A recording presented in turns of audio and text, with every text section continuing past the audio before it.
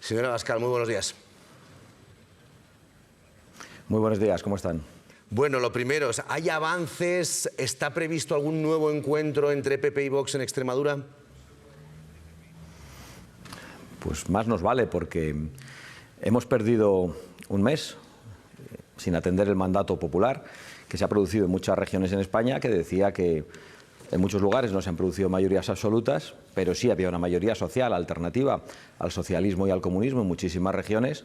Eso es lo que claramente han dicho los electores del Partido Popular y los electores de Vox, y nos han dado el mandato de que nos entendamos. Y en eso estamos. Desde el principio Vox tendió la mano y no ha bajado esa mano en ningún momento, a pesar de los desplantes, de ciertos insultos, demonizaciones y de un intento de chantaje permanente, ¿no?, que pretende que regalemos la confianza de nuestros electores a otro partido político para que gobierne. Y eso no es posible. Y no es posible no porque nosotros seamos muy cabezones, sino porque nos hemos presentado con un programa electoral distinto al de ellos y porque en la campaña electoral hemos prometido a la gente que nos apoyaba que no regalaríamos su confianza a otra fuerza política. Estamos aquí debatiendo qué es lo que ha podido pasar en Extremadura. Desde su punto de vista, ¿qué es lo que ha pasado para que hayamos llegado a este punto? Bueno, lo que ha pasado es que en los últimos 6 meses el Partido Popular, a través del señor Alberto Núñez Feijóo, dijo con toda claridad que respetaría el gobierno de la lista más votada. No solo hizo la oferta, sino que dijo que dejaría gobernar la lista más votada.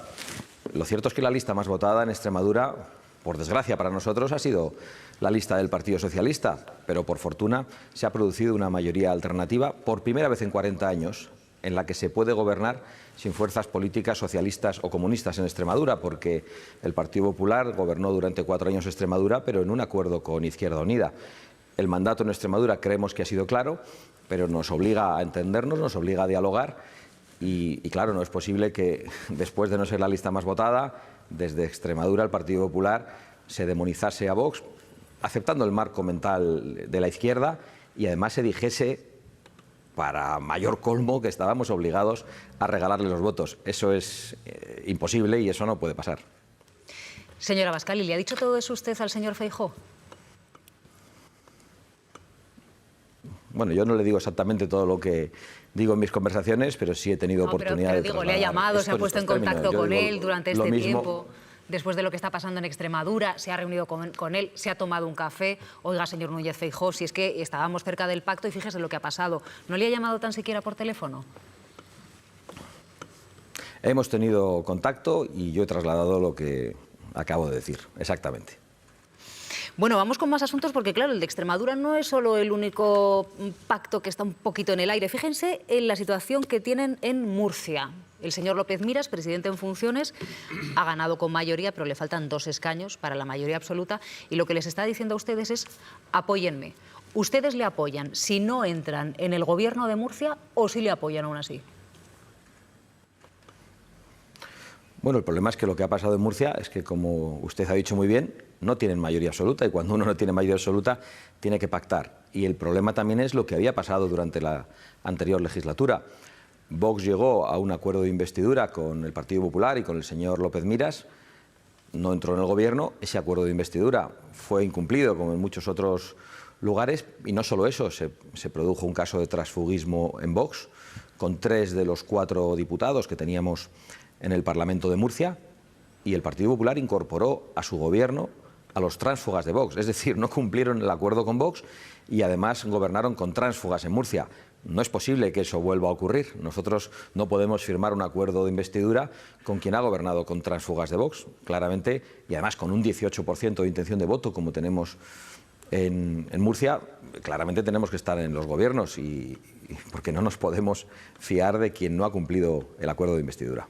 Por lo tanto, señor Abascal, entiendo que en Murcia, donde está pendiente, en Baleares, Aragón, donde siguen las negociaciones, donde sea Vox necesario para formar esa mayoría, ¿va a querer estar dentro del gobierno? ¿Va a exigirlo? Bueno, quizá pueda haber algunas diferencias, algunas excepciones. Nosotros estamos dispuestos al diálogo, pero nos parece lo normal que Vox esté en los gobiernos allí donde es necesario para conformar una mayoría alternativa. Es que Vox no es ni más ni menos que otra fuerza política. Es que esto se ha hecho con otros partidos. Es que ha habido partidos con muy poca representación que han presidido parlamentos autonómicos, que han formado parte de los gobiernos, y Vox no va a aceptar que se le aplique un cordón sanitario y que se le trate de manera discriminatoria en un proceso necesario de negociación y de acuerdo entre fuerzas políticas que tienen que sumar. Es que cuando uno no llega al 50% de los escaños es lo que pasa, y me da la sensación de que hay demasiados políticos en España que están instalados en la idea del viejo bipartidismo que ha desaparecido y que pretenden actuar como si otras fuerzas políticas no existiesen. Y eso no es posible, porque eso es actuar como si no existiesen aquellos españoles que nos han votado. Y a nosotros en el año 19 nos apoyaron casi 4 millones de españoles, que es una fuerza muy significativa. Somos la tercera fuerza política del país, con un 15% de los votos. Y no vamos a admitir que se maltrate a nuestros electores. Señora Abascal, es que resulta extraño escucharle hablar a usted de discriminación hablando de quién es su socio potencial. No sé si usted tiene la sensación de que al señor Núñez Feijóo le da cierto reparo caminar con usted en público de la mano. Hombre, yo no quiero caminar de la mano con el señor Núñez Feijóo, como lo dice usted. Yo lo que quiero es formar una mayoría alternativa. La entiendo. Pero que públicamente bueno, que yo no ustedes sé si digan, oiga, pues reparo, nosotros pero vamos probablemente a pactar juntos, tenemos un proyecto, somos complementarios. Le digo que usted cree que su socio, de quien denuncia discriminación, lo acaba de hacer en este programa, tiene cierto reparo de reconocer que se va a coaligar con usted en el gobierno de España. Pues es probable que tenga cierto reparo, porque ha aceptado el marco mental de la izquierda, el Partido Popular, y no es posible que sea la izquierda la que diga cómo tiene que ser la mayoría alternativa a la propia izquierda. Nosotros también tenemos muchas diferencias con el Partido Popular, hay muchas cosas del Partido Popular que no nos gustan. No nos presentamos a las elecciones deseando gobernar con el Partido Popular, ni ellos lo hacen deseando gobernar con nosotros, pero la democracia es así. Cuando uno no tiene la mayoría, tiene que alcanzar pactos, y es lo que yo estoy diciendo. No se trata de la simpatía, la identificación. Pues igual en el Partido Popular consideran que caminar junto a nosotros y llegar a un acuerdo les contamina, pero igual nosotros podemos pensar lo mismo. Sin embargo, creemos que tenemos una responsabilidad por patriotismo y por asumir el mandato democrático de las urnas, y nosotros vamos a ejercerla. Seguimos con la mano tendida y no vamos a dar patadas en la mesa del acuerdo. Tenemos por delante ahora unas elecciones, obviamente hablábamos de los pactos en las autonomías, pero lo más cercano también las elecciones generales. Si la suma de PP y Vox da, ¿se ve usted de vicepresidente? ¿Van a exigir que Santiago Abascal sea vicepresidente del Gobierno? Yo me presento a las elecciones generales como candidato a la presidencia del Gobierno, no a la vicepresidencia. Perdóneme usted, lo digo sin ningún tipo de soberbia y adelantando que aceptaremos el veredicto de las urnas, sea cual sea. Pero eso es algo que no le puedo decir. Lo dirán los españoles en función de la fuerza que nos den. No es lo mismo tener una fuerza que otra, no es lo mismo tener un número de escaños que otros, y eso es algo que nosotros plantearemos a posteriori, pero sí creemos que si la fuerza que se da a Vox es importante, es razonable, es determinante, eso significa que los españoles quieren que Vox forme parte de la mayoría alternativa que está en el Gobierno. Parece lo razonable, pero veremos con exactitud cuáles son los resultados el 23 de julio. Bueno, vamos a mirarlo desde otro punto de vista, señora Abascal. Usted, para compartir una coalición que permita sumar y formar un gobierno para toda España, ¿necesita que su partido político esté sentado en el Consejo de Ministros? Bueno, hace poco contestaba esa pregunta de otra manera. He dicho que los acuerdos de investidura con el Partido Popular para nosotros han sido infructuosos, no han sido cumplidos en muchos lugares. Habían aceptado derogar las leyes de memoria histórica en compromisos escritos con Vox y eso no se ha cumplido. Con lo cual, los acuerdos de investidura para nosotros, y ese es solo un ejemplo, hay otros muchos, los acuerdos de investidura, lo cierto es que para nosotros han quedado en papel mojado. Por lo tanto, parece razonable que nosotros también participemos de los gobiernos para asegurarnos de que el cambio, en la medida de la fuerza que nos den los españoles, y no más, que el cambio se produce. Y eso es lo que decimos con mucha tranquilidad y con mucha sensatez. Quiero decir, no entrar en el Gobierno, no sentarse en el Consejo de Ministros, señora Abascal, para usted sería una línea roja que impediría el pacto. Es decir, le pido que sea claro porque los votantes necesitamos saber a qué partido votamos y qué coaliciones se forman. Entonces necesitamos saber si Vox necesita estar sentada en el Consejo de Ministros, si presidiera, vicepresidiera, si formase gobierno con otra formación política que es a priori el Partido Popular. Pues mire, creo que lo he dicho con bastante claridad. Si ganamos las elecciones, sin ninguna duda, si somos la segunda fuerza, pues casi con total seguridad, salvo que la fuerza de Vox sea completamente, no voy a decir irrelevante, pero que sea muy pequeña. Yo creo que sí, que es lo razonable. Pero no me gusta hablar de líneas rojas, me gusta hablar de respeto a nuestros votantes y de respeto a lo que ha dicho el electorado. Y lo estoy diciendo también en relación a las elecciones municipales y de hecho, fíjense, llevo contestándoles durante un rato a todo lo relativo a la política de pactos en las regiones. Lo cierto es que hemos perdido un mes precioso sin hacer lo que tenemos que hacer, que es hacer una campaña electoral para derrotar a Pedro Sánchez el 23 de julio. Y eso a nosotros nos preocupa, queremos que esto se resuelva cuanto antes y que nos dediquemos a lo que nos tenemos que dedicar y a lo que nos están pidiendo nuestros electores respectivos. Señora Abascal, hace unos días Feijóo avanzó las que serían sus primeras medidas si llegara al Gobierno. Decía, menos impuestos, menos ministerios, revisión de leyes aprobadas con Bildu, la recuperación del delito de sedición y no dar marcha atrás en políticas de violencia de género. No sé si usted está de acuerdo, que ahí podría ser un buen punto de partida, echa de menos algo, le sobra algo. Bueno, evidentemente yo no voy a dedicarme durante estos días a analizar las propuestas del señor Feijóo. Yo haré las mías y nosotros ya hemos establecido un primer compromiso, que es terminar con las leyes que dividen y que destruyen, terminar con las leyes que atentan contra la prosperidad, como la ley climática, que está arruinando a nuestro pueblo y que nos impide explorar nuestros recursos naturales, terminar con las normativas del abuso fiscal. Queremos también terminar con las leyes que atacan la libertad en todos los órdenes, por ejemplo, la ley de memoria histórica, las leyes lingüísticas que impiden a los padres en gran parte del territorio nacional escolarizar a sus hijos en la lengua materna cuando esta es la lengua oficial del Estado. También las leyes educativas, en la medida que arrebatan a los padres, en muchos casos, la patria potestad sobre sus hijos. Y, por supuesto, queremos acabar con las leyes que ponen en riesgo la seguridad de las mujeres, como la ley del sí es sí o la ley trans. Ese es nuestro primer compromiso. Durante estos próximos días anunciaremos otros compromisos que no tienen que ver con la derogación, sino con la reconstrucción y con el compromiso de preguntar a los españoles, pero los detallaremos durante los próximos días. Es evidente que en las propuestas que hace el señor Feijóo pues hay coincidencias y hay discrepancias, pero yo prefiero decir a los españoles qué es lo que Vox ofrece. Ya habrá tiempo para, después del mandato electoral, que los españoles sepan cuál es la fuerza de cada uno y ahí se verán las discrepancias, que por otro lado yo creo que están claras. Señora Abascal, se habla mucho de Vox y de su negacionismo de la violencia de género. ¿Usted qué opina del Convenio de Estambul? Mire, yo no conozco el Convenio de Estambul, pero tampoco me parece relevante para mí. Me ha preguntado qué opino de la violencia de género. Yo creo que el género es un concepto ideológico.